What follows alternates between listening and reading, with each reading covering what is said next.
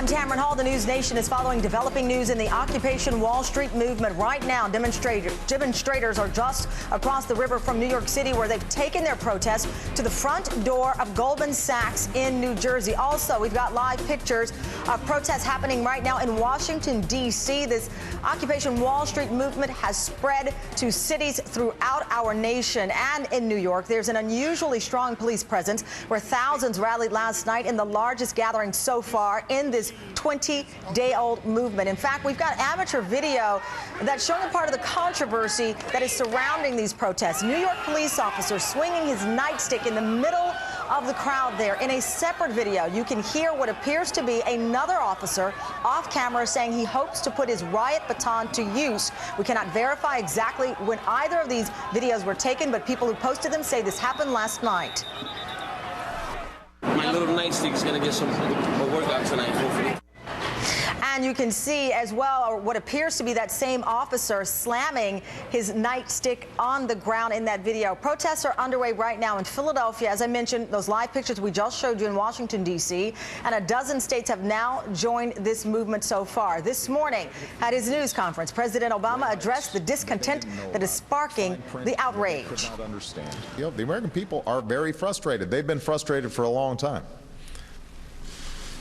They don't get a sense that folks in this town are looking out for their interests. That cynicism is not going to be reduced until Congress actually proves their cynicism wrong by doing something that would actually help the American people. This is a great opportunity to do it. NBC's Mara Schiavocampo is live from New York City. And Mara, I heard you talk about the police presence being unusually high today. What's going on there?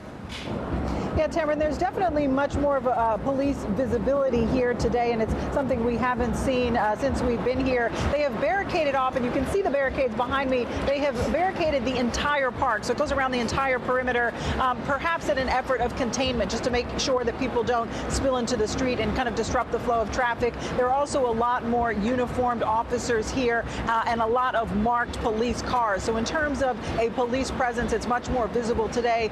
It started yesterday, preceding that big rally and march, and it seems that they have just left all of that in place here. Again, it's unclear specifically what that's for, but it seems to be mostly for containment. Now, in terms of clashes with the police, there were some minor scuffles yesterday after that rally and march took place. DCPI, the public information arm of the NYPD, tells us that they made 23 arrests. Most were for disorderly conduct. But if you put that in the grand scheme of things, 23 arrests when thousands of people came out, that's really a very small segment of the group. By and large, it was a very orderly event.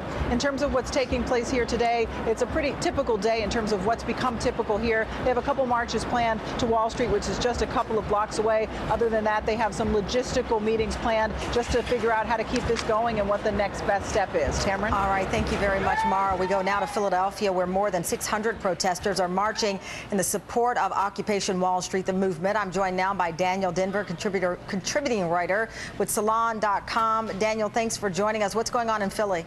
Thanks for having me. We have nearly 1,000 folks out there now. They started gathering at 9 a.m. this morning. Unemployed people, young people, union members, and just like in New York, there are people who have been waiting for a movement. The last few years, I think, for a lot of Americans who are hurting right now, has been this prolonged, almost hallucinatory nightmare of the Tea Party dominating the debate, and now they're ready to put forward something else, it seems like. Are we seeing union members join these protesters? What is the makeup that you're seeing in Philadelphia?